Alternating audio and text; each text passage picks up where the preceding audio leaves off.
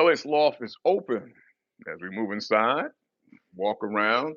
Yeah, I need to dust a little bit around here too. We gotta come in with the dust and take off a little bit of dust. Not much, but there is some. Because we kind of come here once a week, so you figure throughout the week, dust starts to accumulate. Mark Elliott, Mr. Charles, Mr. DeMaurice, we get together and have conversations, and we give it the head title of When Black Men Talk. Gentlemen, it's interesting. We check from time to time to see where people are listening from and stuff of that nature. We call it the stats of what we do, basically. And I looked and noticed that we have folks basically listen to a show we did back in January 2021.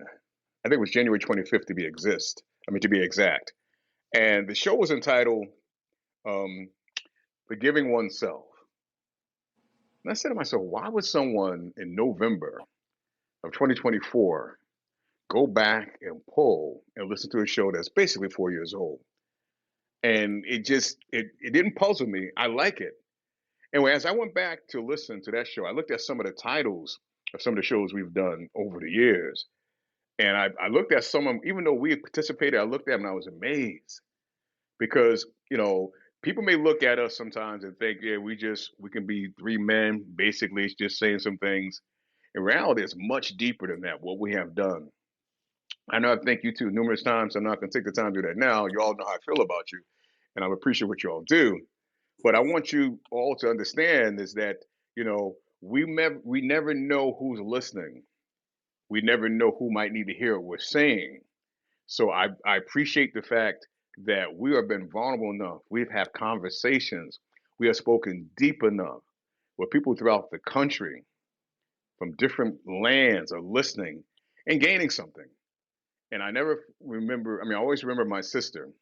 And Donna, you know the makeup of my sister Cynthia, man. And Cynthia's one of those, when I came up as a brother, Cynthia would rather basically drink castor oil than to kind of give myself and my brother a compliment. It's just where it was. And her and I was talking one day not too long ago, and she started talking. I didn't realize she listened to the show. And she said, I love what you guys are doing. She said, it's like therapy for men. And that right there was it. That was it. So I say that just to let us, because sometimes, people can say you're conceited, whatever the case may be, but it's good that we pat ourselves in the back sometimes. We should never not be able to reach around and use our own hand to pat ourselves in the back because we do some remarkable things in life. We all do. I'm not saying blow your horn all the time, but it's okay to toot your horn and blow your horn from time to time. And that's what we just did here for the past few seconds. Gentlemen, as we start out this morning in a conversation, I want to touch base on something I came across. I was watching college football yesterday, and I heard this phrase, and I wasn't even looking at the TV. But as soon as I heard it, boom, I grabbed my remote, I stopped it, and I rewinded back. It was in a promo for Tom Brady when he decided to basically step into the world of commentating from football. And it was showing how, he started football and everybody was against him, and now he's doing this, and people had their thoughts. But the line that struck me that just was like, wow, when it said disrespect is a gift. I was like, man, that's what made me grab the remote. Because reality it is. It can be treated as such. A lot of times we look at disrespect based on what is you're being disrespectful for. Let me say that too. But we don't see it as such. If we can take disrespect and use it as a fuel, as motivation to be better, to work harder, is there something wrong with that, Mr. Charles? Good morning. Good morning. Heck no. Heck no. Actually, I love that. I've been over the years a type of person that uses negativity to for my own. I mean, even with I love when I played basketball back in the day. Somebody say something or be talking stuff, and people would get mad. I wasn't mad. I just play harder, man, and I would show you what I was capable of. So no, I think it's a great phrase. I think it's an opportunity for you to show your skills, right? At the same time, quiet naysayers, and then most importantly, show who you really are and what you're working with. And then after you do that, you don't have to even say anything. You just do what you're doing, and you show you what we talk about, not saying any words, and then you look at the person, you drop the mic quietly and give them a little smile and a grin and a wink and walk away. Drop the mic, baby. I love it. Yeah, as fascinating as it is, man, I don't think a lot of times we looked at disrespect that way. There's been people in reality have started fights over disrespect, you know, broken up homes out of disrespect, left relationships, done all type of things just on that word alone and that feeling alone, Mr. DeMaurice. And I don't think that they thought at the time using it and flipping it around and looking at disrespect as being a gift. Good morning. Your thoughts on it, sir? Yeah, hello to everyone. Yeah, it's an opportunity to kind of get fueled and proving them wrong. Also, it's serving them, making them eat what they serve. So if they're serving disrespect, make them eat it. Make them eat it by you using it as fuel to show them something different. And just like Charles said, to show your skills. But yeah, it's always been. I know we talk about it in a sports reference, but in order to kind of make it work for you in life, you got to take it on as okay. They're going to be disrespectful in society. This person's going to disrespect me as a man. This person's going to disrespect the relationship.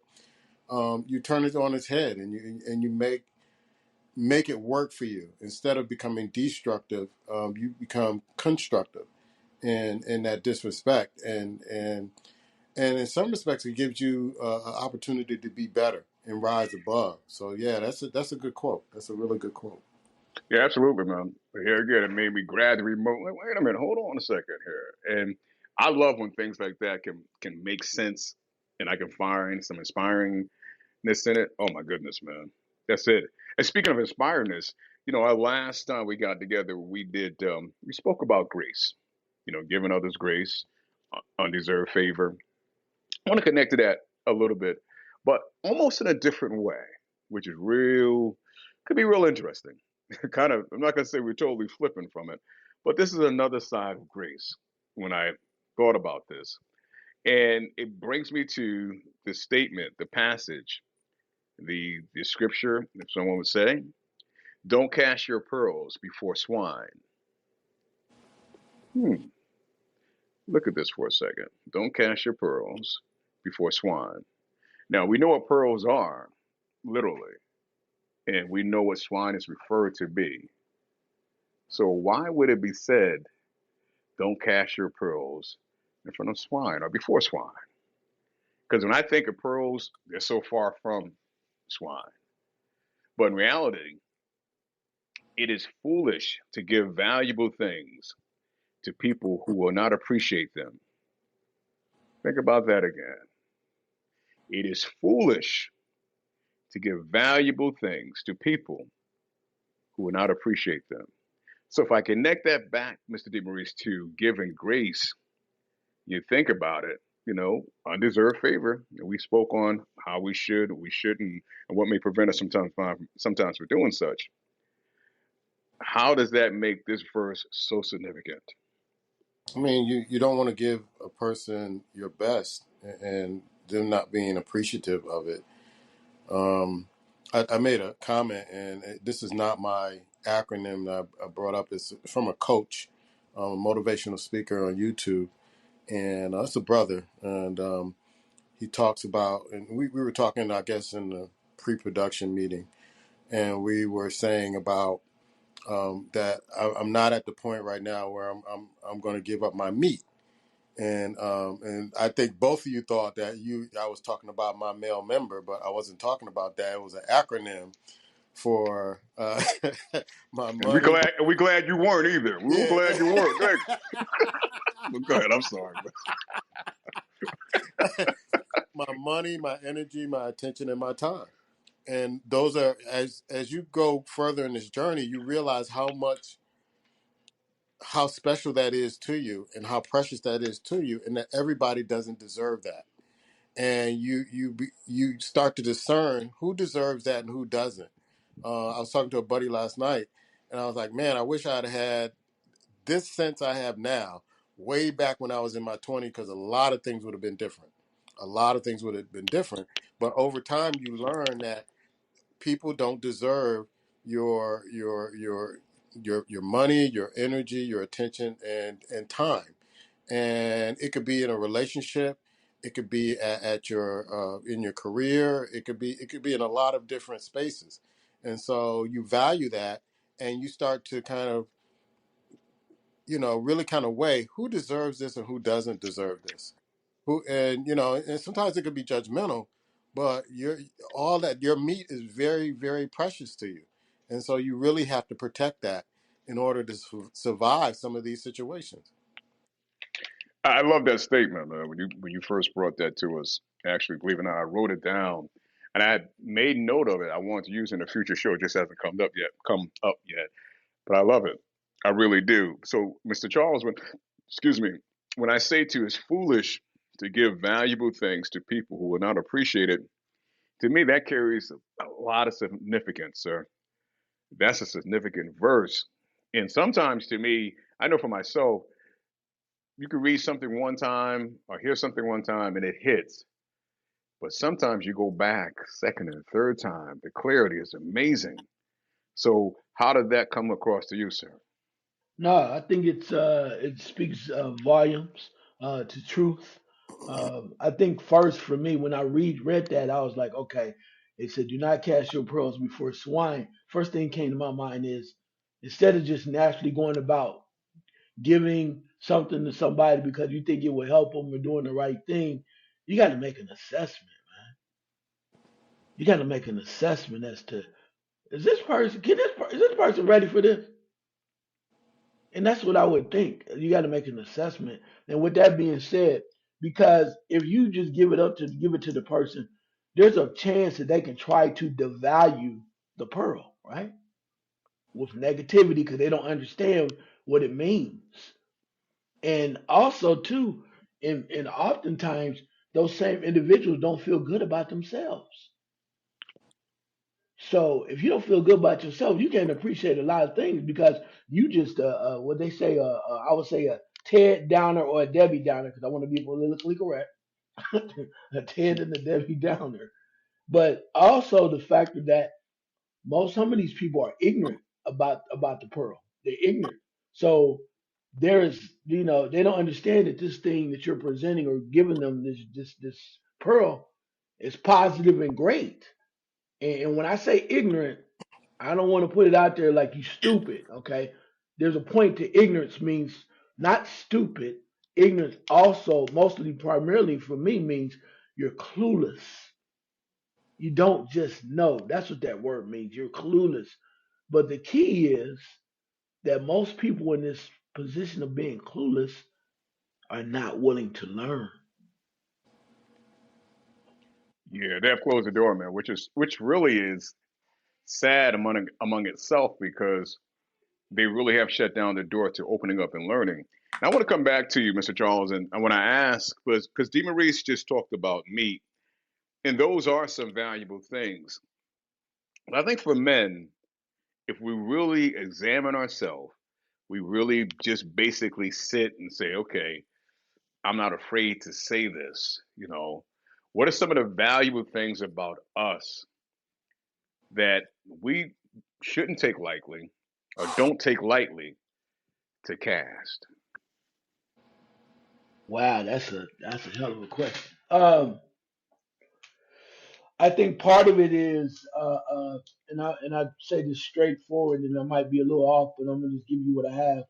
Instruction, man, because I don't think we as men understand what you learn and what you go through, how valuable instruction is to another individual, particularly somebody that's never had it before.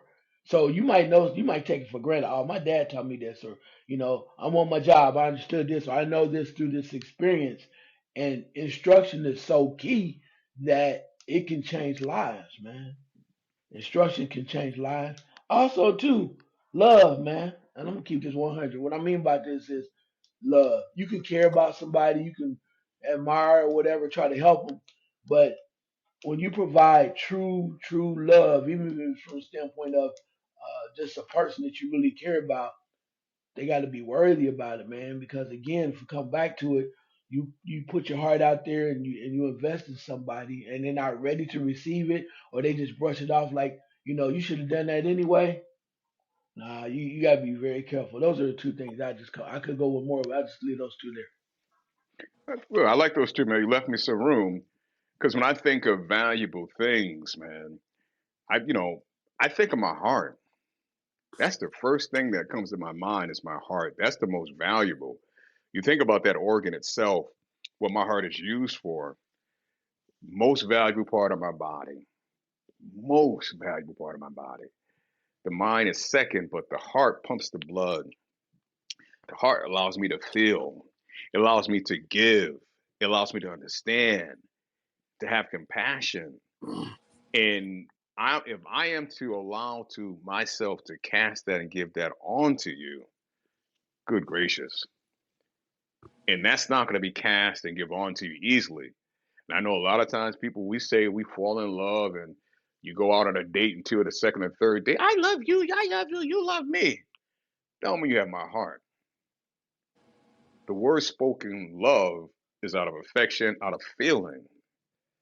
But my heart, when that is given to you, come on, that encompasses more to me than just the love, and also the consideration and it seems like consideration doesn't really matter to people anymore. But if I'm considerate of your feelings, the way you are, wanting the best for you, that's valuable for me because it's easy for me not to care about you, realistically. So if I find it within me to care, oh, that's valuable. And I think sometimes we forget we have these valuable possessions and we just disperse them freely, just throw them out. Here you go, you'll get this, you'll get that. And it's like, when are we being discerning when we could think about our things that we possess, our valuable things, and everybody's not entitled to it? So if I say to you, and I get to meet Mr. DeMaurice, I'm all for it, man.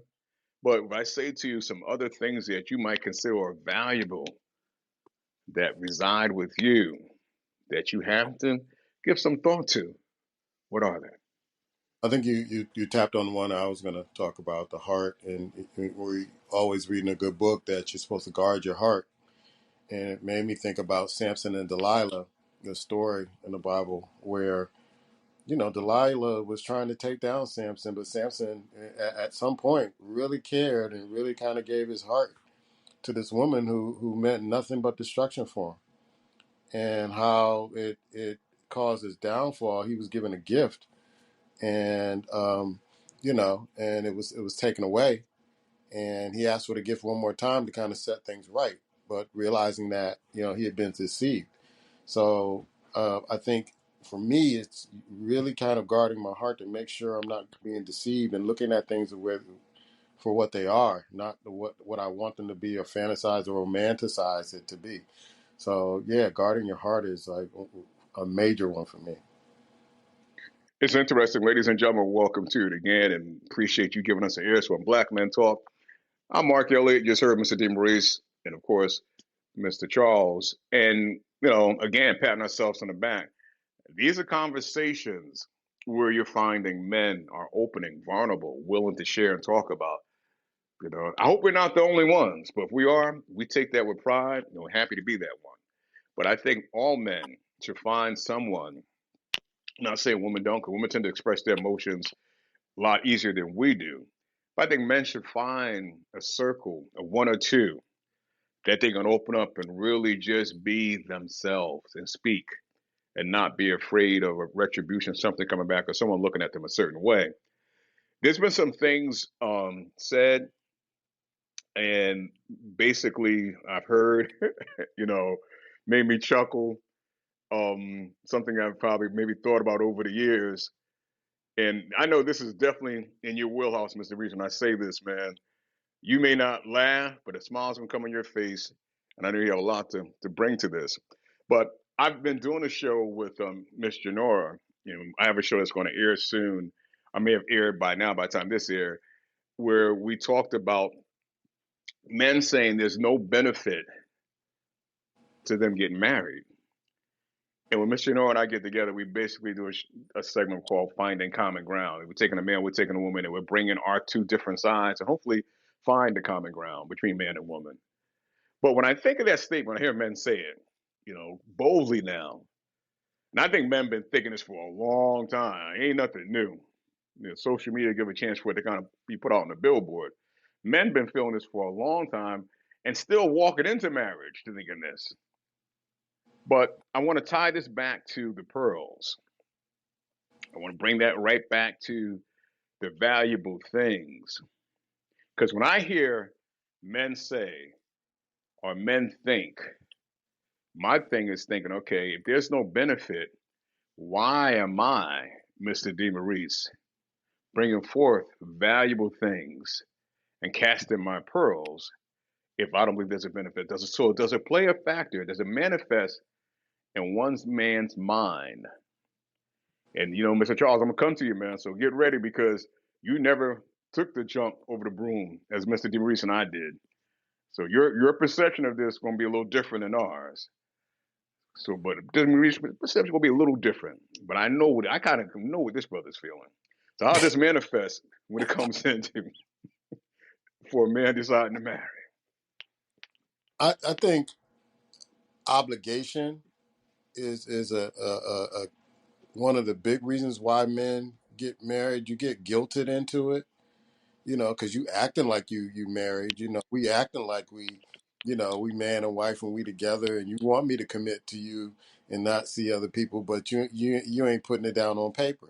Or we got these kids together, and you need to do the right thing. And so sometimes you get obligated by the family, not her family, but your own family. You need to do right by that woman, and you need to do such and such and such and such. So I think a lot of it, I know that was with me. It's like you feel obligated, like, okay, I got to do this, even though you don't see any benefits. You want to be a stand up guy. You want to be an honorable man, and making this right. So it's kind of weighing that. Okay, I gotta be an honorable man, knowing that I got to make a sacrifice for the family. I got to be the protector. I got to be all this stuff, knowing that I'm not going to get too much out of it. And I think it comes down to obligation. And women don't help sometimes because they make you feel obligated and guilt you right into it, and they'll use everything, religion, everything to kind of just, make you kind of like feel like, man, I'm a damn heel if I don't do this.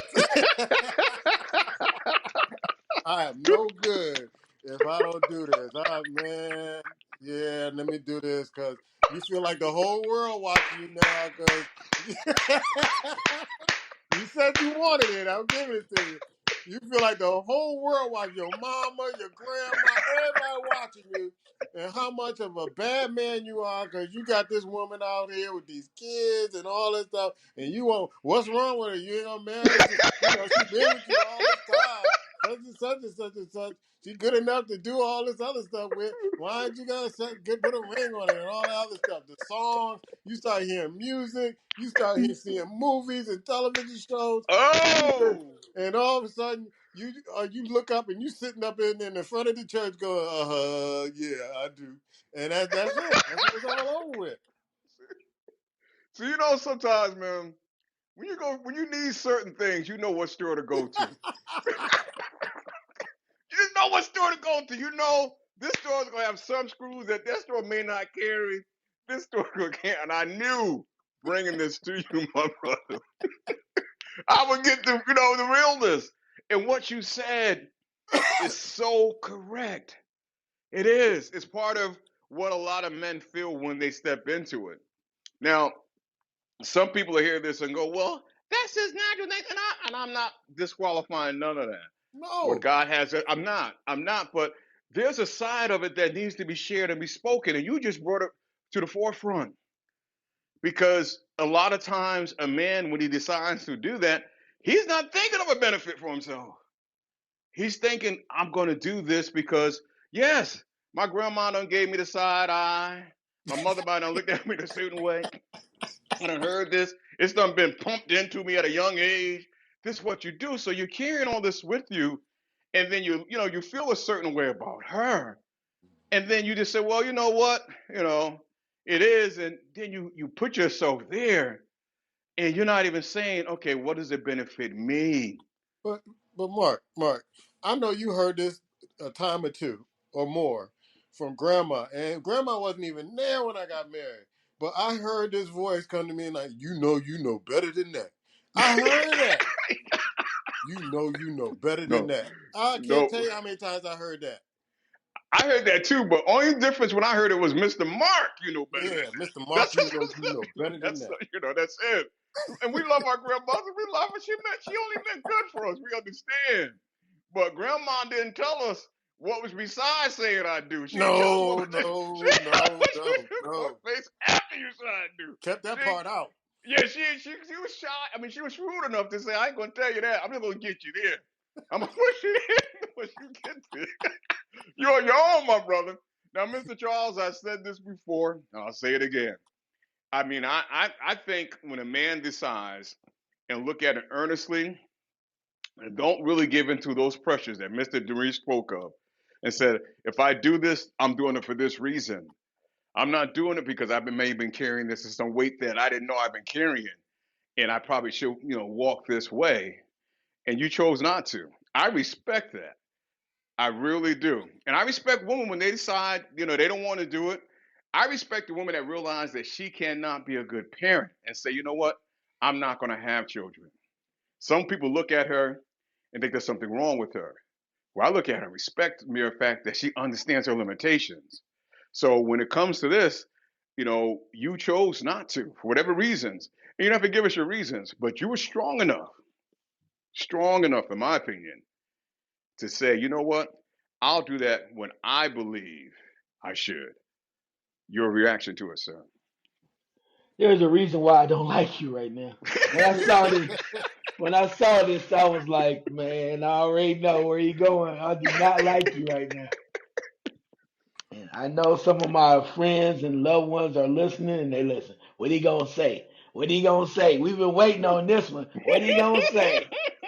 Man, I was like, boy, oh boy, oh boy. Anyway, so I found what was an ironic or interesting what you said about a woman who knows she may not be feel she could be a good parent, so she doesn't engage, or that's not something she does because she knows her limitations.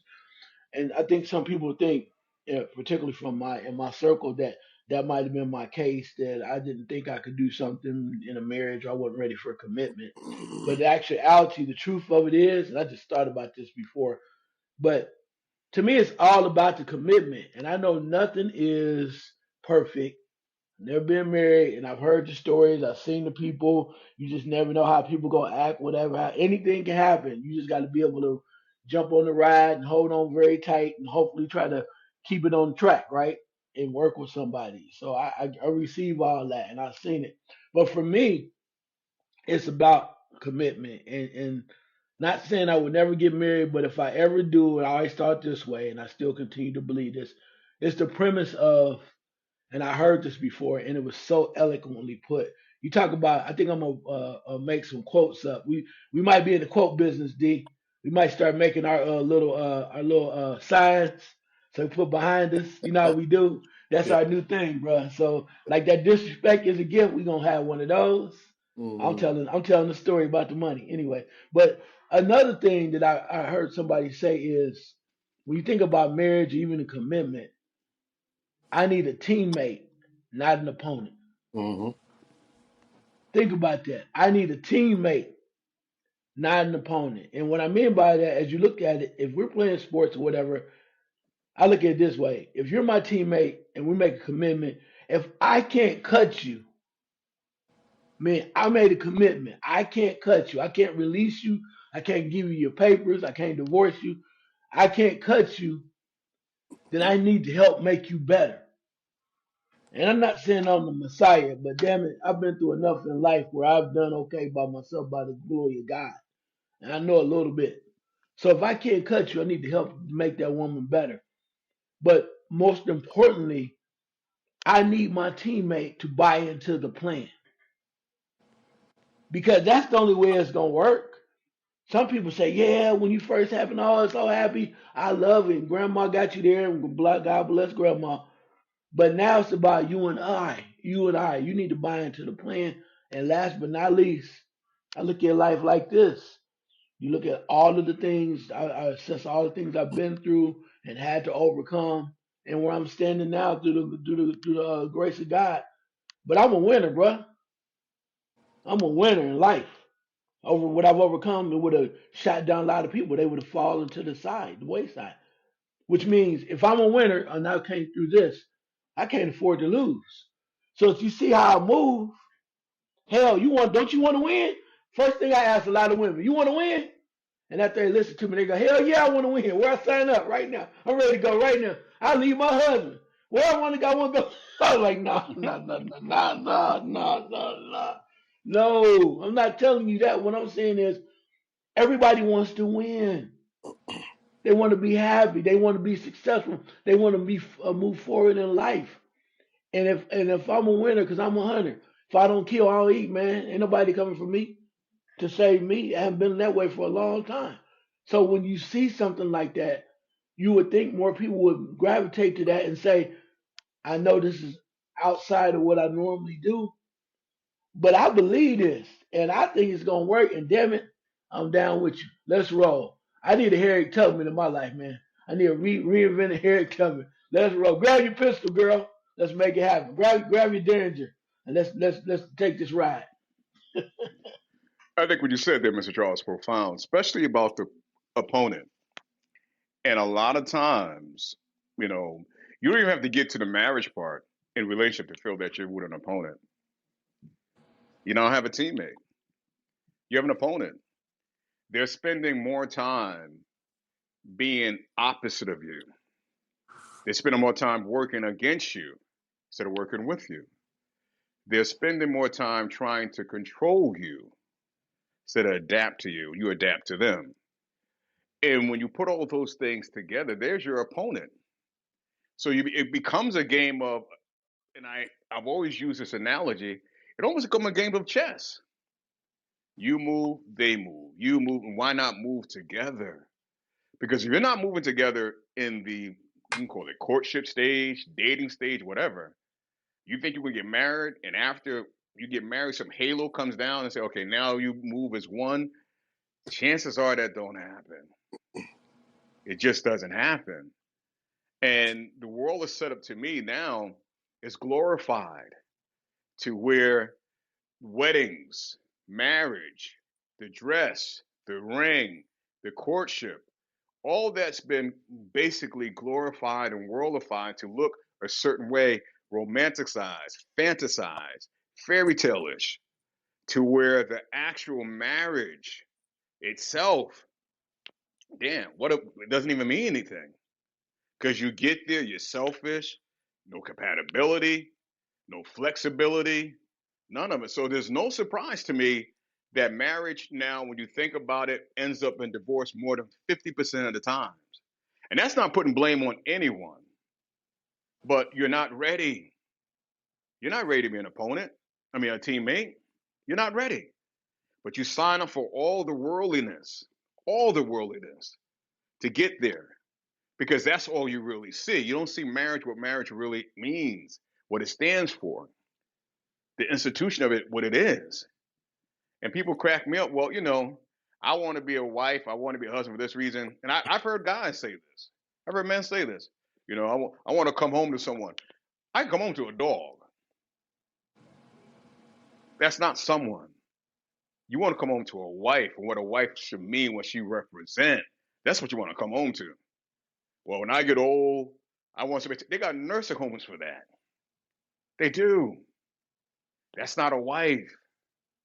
It's not. So I'm just going to speak those two things right there because I think it's foolish to step into the holy matrimony of marriage because you want to come home to someone. You want someone to take care of you when you're sick. Seriously. I mean, to me, maybe they sound like good things. Now, how about somebody I want to cherish, love, and grow, support, honor, respect? That's what I want to come home to. Not someone I walk in the door, they ain't gonna look at me. They got their back turned. They watching TV, paying attention to social media. They've been mad all day. Because when I really get sick, they're going to do about so much anyway. The hospital is going to take over. What can they going to do? Going to come in and administer my medicine? Realistically, are they going to do that? Not really.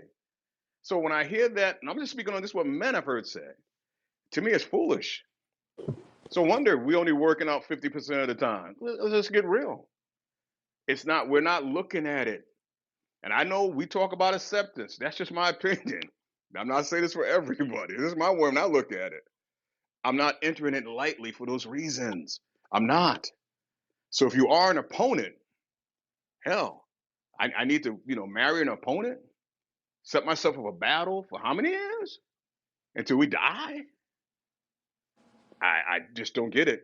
But I want to come back to you, Mr. Charles, because there are some reasons that men should choose to marry. That's an individual thing. But when they think about it and they put in the scope why men should marry or a man should take the step to become one, some say it's happiness, okay, a protection from loneliness. Now, we all find a way to deal with loneliness in a sense, but in reality, we're not meant to be alone. Financial security. Now, this is what, to me, I think realistically, because you spoke to this, and I love this part of it synergy, making one better. She should make you better, you should make her better. And then, probably lastly, mutual support and love. Mutual support and love. And I would think that if a man basically was to choose to be married, those can be some of the basic. You can maybe take one of them out, maybe move another one in. But I would think those should be some of the basic elements why a man should choose to marry. Those should be the benefits. So if he's saying I don't see no benefit, maybe he's not seeing these things coming to him. Your reaction to it, sir? No, I think that's spot on. I think we all have out of that group of the reasons why you choose to marry. I think everybody has their own certain ones that they choose or they run to or think that that would be a reason why. For myself, I think as you said before, that one because the good book says no one should be alone. And I believe that with all my heart. I think there's somebody for everybody. I don't think you have to have a so-called soulmate, but I think you can have a few people that you can connect with. But again, it's the commitment. What you willing to work with? Are you willing to work with me so we can be great together? And again, as you said too, the teammate can help you make you better, and you can make them better. And then there's the mutual support, then the love. And we have all those things working together. When you see about all these older couples that have been together for years and they still love each other and kid each other and still get a little frustrated with one another, but they're still together. What you're doing there too, when you bring this all together, you're creating a legacy. So it's not just going to benefit you, but it's showing people that are around you, from friends, family, loved ones, that this is possible and they can emulate what they see. And that's what we're missing now. You think about that. How many people back in the day, even before with the point of slavery on, there's so many issues they had dealing with trying to stay together, but they fought through, man. You need that. That's all. Cause sometimes that's all you have with the other person. So why the hell would I try to not be a good teammate? I want to become an opponent. All I got is you. Ain't nobody else coming to help us.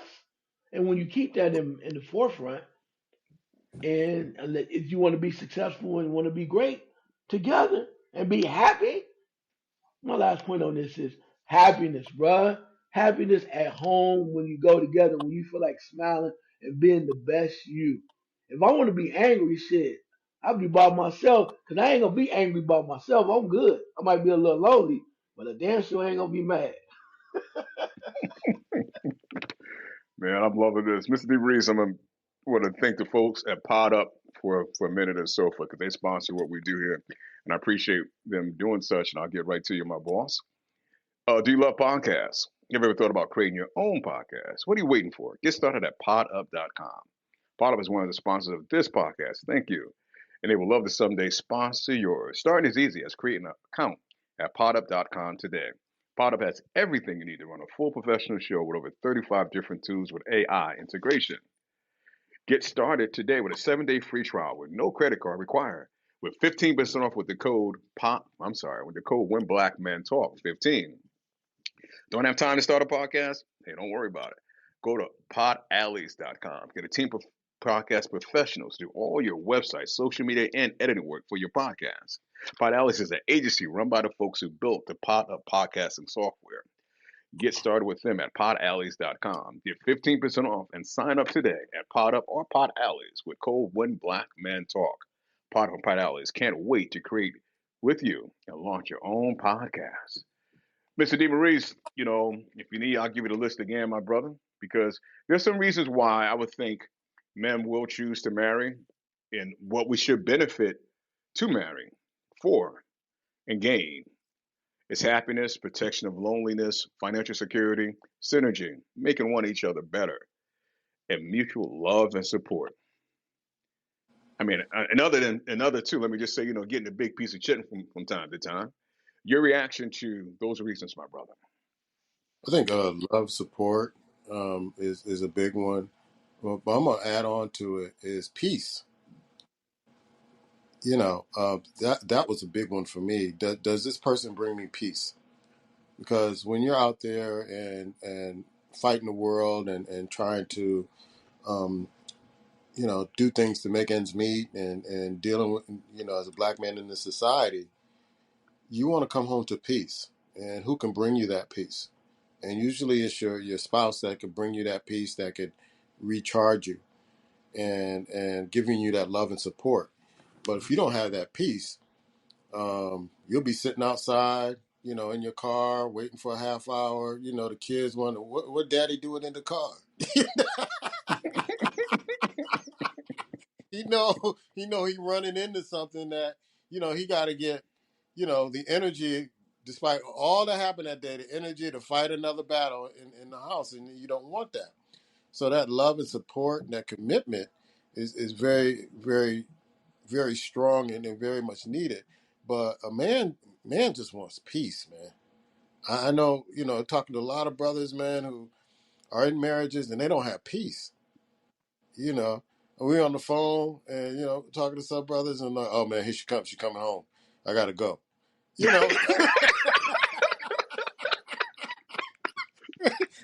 They don't even give you a chance to say goodbye. It click, and then the phone is, and that brother ain't got no peace. I'm around a bunch of my guys and they just complaining. They have no peace. So that's a big part of what we need as men. We need peace. We need to know that we can come home and just relax and not worry about fighting another battle at home. Because that's why some guys, they go to the bar before they go home. They go somewhere else before they go home because they know it's going to be another fight. So they got to, like in the movies Friday After Next, where the brother had to put on they were strapping the brother on with the phone books and all that stuff, getting ready for a prison war or something like that. And so you kind of know. And I felt like I know when I felt like I was in a prison. Like I got to go to work, I got to go to the gym. Well, yeah, I got to go up to lockup because I'm living in a halfway house, and so, there wasn't no peace Man. there. And that eventually Wow. got me out of the marriage. Like, I have no peace. I got to get somewhere where I have peace. Peace of mind. I can lay my head down, not have to worry, not have to, be stressed out, or, worry about my health, because it affects your health. Because if you don't have any peace, you can't rest. You can't rest, you can't recuperate. And so you got to get somewhere where you get that peace. And that's why a lot of folks step out, because that other person's giving them peace. They give him everything. The song by Sherelle, Everything I Miss at Home. Giving them Yep. everything they miss at home. And then you wonder why are you cheating? Because I'm getting everything I miss at home. I don't want to, but you ain't giving it. So I got to get it from somewhere. We're human beings. Creatures of habit. We need peace. We need certain things. And when we don't get it, we're going to find them. Or they find us. But eventually you're going to get to that point where you go, you know what? I don't need this anymore. and you're gonna go find that peace. Mr. DeMaurice is, I'm going to feed off what you said about the peace because we take that lightly. And I think a lot of times as men, there's a lot of things that's unspoken, but it's thought about. And a lot of times men may not put peace into the conversation. But remember, it was a while ago, it was over years ago, I brought forth a study where they looked at these married men that were married for a period of time with broken hearts, didn't have peace. And they realized these men were dying sooner Mm-hmm. and they were leaving their wives to be widows.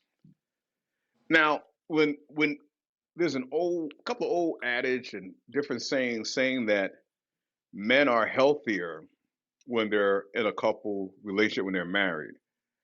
And I question that because at the same time, married men die sooner than the married wife. Now I'm not blaming her, but why is that?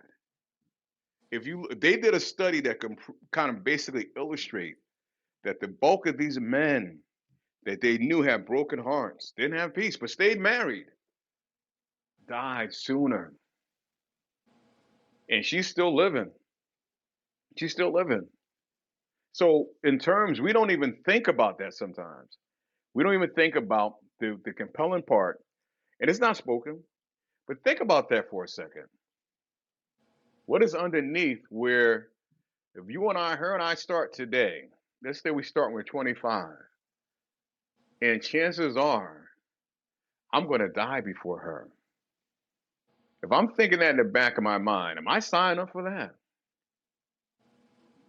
Am I going to go, okay, so you can tell me I'm going to die at this age, and she's probably going to live another 10, 15 years beyond me.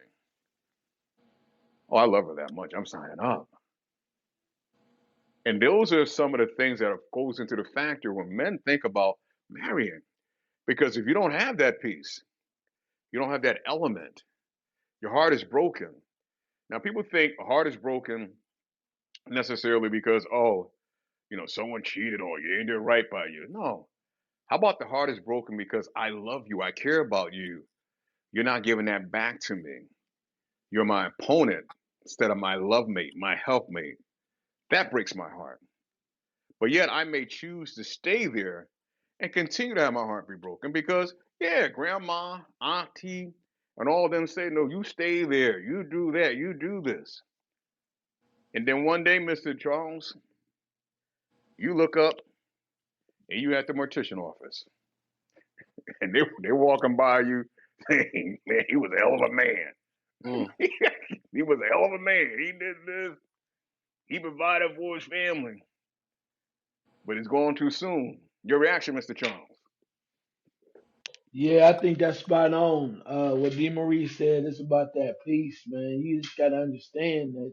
That's why it's so important to try to pick somebody or work with somebody to really get to know somebody that has your best interests. Because I believe this, and Brandon, maybe that's why the numbers show that when you are married or you are committed to another person like that, it takes a lot out of you because you're giving your all, and maybe you giving more than you normally would when you by yourself because you like shit. I'm good. I don't let nothing raise my blood pressure like that. But these other instances come up that it takes a lot from you, and you only supposed to have so much water in the glass, bruh. So you start out halfway, and then you get full, and before you know it, because you're in this situation, you never ever get close to the top again. So like a car, you put don't you if you keep going on, you don't put gas in it, it ain't gonna run no more. So I think sometimes you have to be understanding of that, and you do your best and give what you give, but you got to realize too that some people go, look, man, is it worth the effort? Again, I need a teammate, not a damn opponent. Opponent go kill me sooner than I need to go. Yeah. Mr. DeMaurice, to me, it's kind of thought provoking, realistic when you think about it, and it's compelling because in a lot of cases, married men tend to die before the wife. Now, In reality, you think about this for a second. Women were basically brought here to help support and be a helpmate to the man. That's why they're taken from the rib and to be here. Now, if she's not doing that and she's your wife, could that play a part in why he may just pass a little sooner? Man, listen. I know of women, spoke to them, talked to them, who had husbands and were giving them hell on earth, nagging them, arguing at them. They couldn't do nothing right, couldn't give him peace. This man dies, and they boo-hooing like, oh, I miss him. I love him so much. You need to stop, bro. You need to stop. No, no, You no, do. no, no, no, no. No, you're This right. got to That's be what I'm said. saying. This Don't got to stop. be I'm just saying said. that to be funny. I'm No, just no. saying to be funny. You're right. I'm sorry for interrupt, but you're right. They Yeah. can't shed enough tears. Can't shed Miss enough. I'm me. sorry. Miss Yes. me with it. Miss me with it. I'm sitting there like, they're talking to me like I didn't witness this. Oh, I love him so much. Oh, I miss him. You know, he was the love of my life. No, I saw what you did to him. I saw it firsthand. It was like he was like, you know what? I'm tired. I'm out. I can't do this no more. I can't. You know, they were sick. You know, the pressure was up. They were having all these health issues. It didn't matter. You were just digging into them. And then you want to come back later, crying, no, miss me with that. So I sit there and I'm like, no accountability of what you might have contributed to why you ain't here no more. And so when they say that, I'm like, I just, it's almost like I got deflectors on, just boom, boom, boom, boom, boom, boom, boom, just blocking it away because I know I was there. I saw it. I witnessed how you nagged this man, how you did all this stuff to this man, and now you're talking about how much you loved him. No, you miss nagging him. You miss arguing with him. You miss all that stuff you can't do now. You can't find nobody else to do that to now. Now you want to no, miss me with that. So usually in our family, the men on the White House side of the family, the men outlive the women. And I know some reasons why. And because they don't take the nagging, they don't take the arguing, all that. And I told you a long time ago, one of the big reasons why I divorced, because I went to a doctor's visit and I got to get this doctor back. But he told me, he's like, I don't know what you've been doing for the last few years, but your health is declining. And this ain't like you. So I'm you sorry. need to get rid of whatever causing you stress and all this other stuff. And bing, ping, bong, bing, bong, boom. I knew exactly what it was. He didn't say it to me, but he's like, this is, you're borderline this. I'm like, got it, gone. And I made a decision right after the doctor's office. She got to go because she's killing me. She is slowly but surely killing me.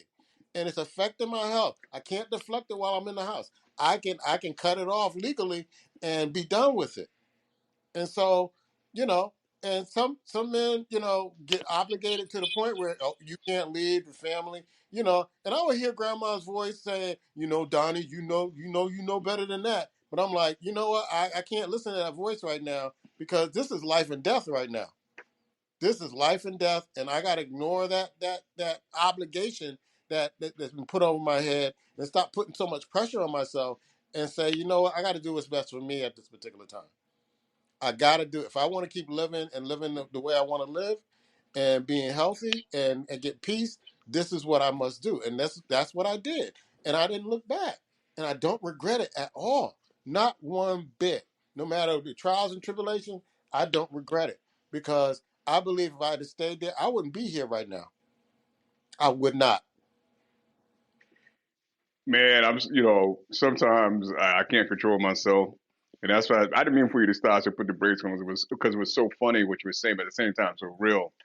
And I'm getting ready to say something, and I say this out of love. But this is just the truth, and we speak it here. So you spoke of, they act like my sister, her husband. I swear, when he took ill before he passed, I looked at my brother and I said, I didn't know she loved him. Mm. She's crying now, and she's looking at us. I'm losing my husband. I'm like, wait a minute. All these years when I looked at you two, I didn't see none of this. No. Why does it take for the man to get ill? Yeah. Ill now, terminally. Mm-hmm. He gets this affection. He gets this love. It gets outpoured. I'm like, where was this a year ago? Where was this 2 years ago? When he really could been getting flowers. Now you want to throw all these flowers at him. I'm like, and so yeah, you're right. I've seen it numerous times. Oh, when they pass, oh, they're crying at the casket. Everybody baking chicken, they're making cakes, they're doing all this Yeah. other stuff. She's so sad. Oh, it's poor I thing. feel Blah sorry for blah. her. Wait a minute. She was just giving him hell 6 weeks ago, a year Yeah. ago. I mean, flat out hell. Now the man is dead. He's dead. He's gone. Then after he's gone, sit on the phone for years crying about it. I Yep. lost my husband. I go, Yeah. what? Really? That's just being real. So someone feeling hurt, I guess what it is what it is. Let's just get real here for a second. You don't wait till somebody's 6 feet under to put blood. I mean, to me, not put blood, put flowers on them. They can't smell them then. They can't smell them then. They ain't a flower or a fluorescent made that can make that person smell them. But when they could smell them, oh damn, they didn't smell them. Mm. So I'm with you, man. So I'm sorry I butt in, but that is No, so no, no, no, real. no. I Because it can't tell is. you how many times I've seen that. It's Yes. and it's It, like they're clueless, and like we're looking at them like you are crazy. You killed them. You actually killed them slowly. You killed them slowly, and you want me to believe you this good person that loved them and cared for them, and no, you didn't. I was there. I was there. I saw it. Matter of fact, they told me. Some of them told me what you were oh, doing. But the kids say, "Stop the cat." man, I'm gonna need you to come, Mr. Charles. I need a few minutes of laughter, my brother. So whatever you want to say, man, I'm gonna turn it over to you, cause right now I ain't no good. I know I ain't no good. And right now I'm no good. I'm no good. Hey man, look, hey, you know, we all got something. Literally the other day, I had some of my folks talking about whatever, and they was talking about how their children or their relationships with their family is frustrating, and cause they had disagreement and something, and they go, well, I'm done with them. I don't never. You can go f yourself and all of this. I said, first of all, stop. You mad at somebody that because you had a disagreement and you want to shut them down and you don't want to be dealing with them anymore. And this is your child. I said, you ready to cut them off over 300 damn dollars. You ready to take all their birthrights away. Everything you love about them and care for them over $300. And I said, but let something happen to that person and you be the first one at the casket. Oh, Lord. Oh, Lord. No, no. Take me. Not my baby. Not my baby. What? Shut your ass up. Shut up.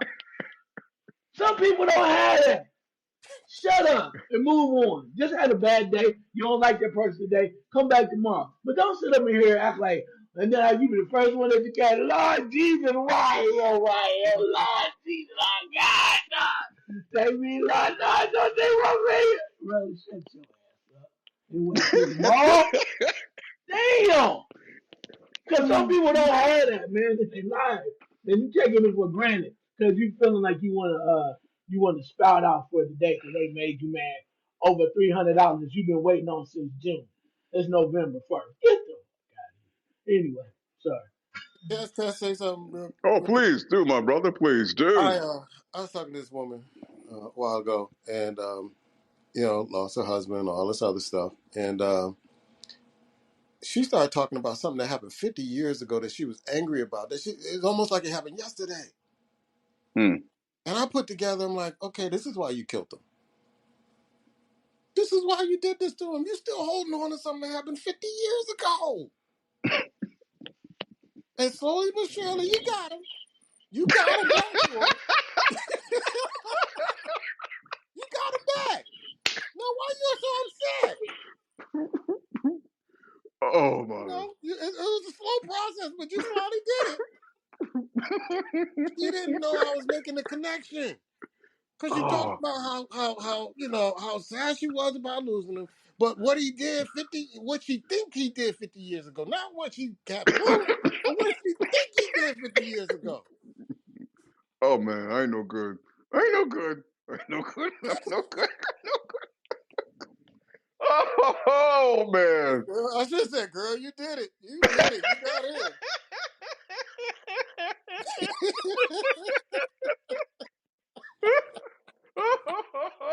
Oh, oh man. Oh, oh man. I'm sorry. I just can't. This show will go down in history. Send me all the hate mail. I'll take it. I'll take it. I got the data. I got the data to prove it. Let's go. Oh man. It's something when you laugh to the point where your eyes are watering and your stomach is literally hurting like you just did 1,000 sit-ups, man. I'm trying to tell you, man, Can because I throw one other thing in there? Let oh me throw in there. please, man. But it get even deeper when you say that and you understand that you know somebody, and what really would blow somebody away if they're an opponent, and then you go, they realize, yeah, you said, man, you said, like you said, you finally got them, but before they get them or let them go, the person realize what's happening. They go, wait a minute, hold up. Do you think I'm gonna let your crazy ass kill me? Yeah. I ain't gonna let you do it. I see what you. I wasn't trying. That the hell you wasn't. I'm not gonna let you kill me. How about that? Look. So if I gotta leave, whatever, you don't turn this around. I'm not gonna let you kill me. How about that? We're not going back. We're not going back.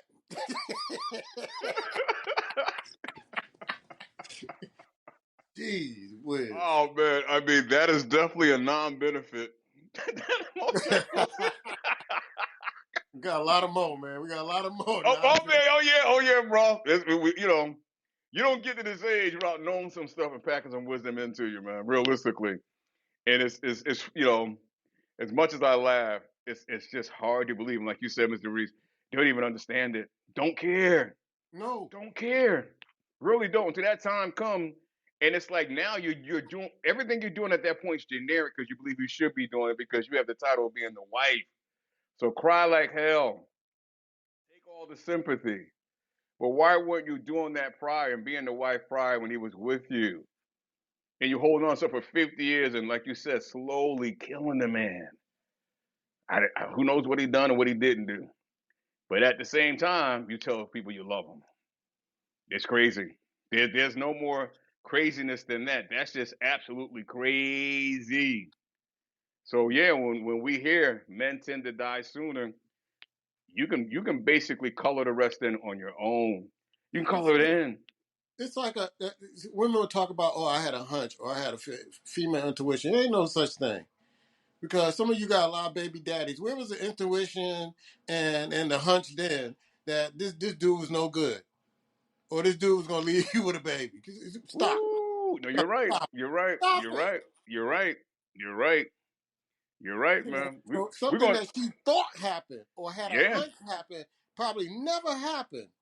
But she believed it so much that it directed how she treated him all these years. Mm.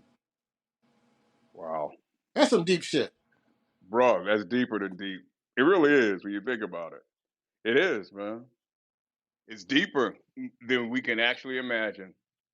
And for this, I would assume some of these cats stepped in with the right mindset, wanting to be right, wanting to be a husband, wanting to love, wanting to support, wanting to protect, wanting to honor.